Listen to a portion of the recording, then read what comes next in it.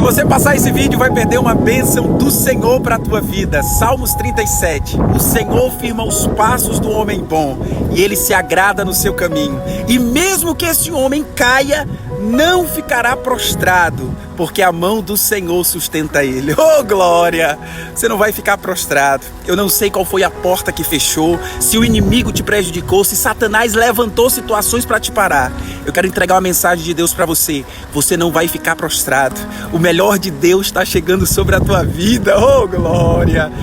Eita, glória! Eu quero te dizer, descansa, se alegra, mesmo que você não está vendo uma possibilidade agora. Eu quero que você creia que o tempo do Senhor na tua vida está chegando, que o tempo da abundância, a colheita vai bater na tua porta, em nome de Jesus. Se você toma posse, diga glória a Deus nos comentários. Deus te abençoe.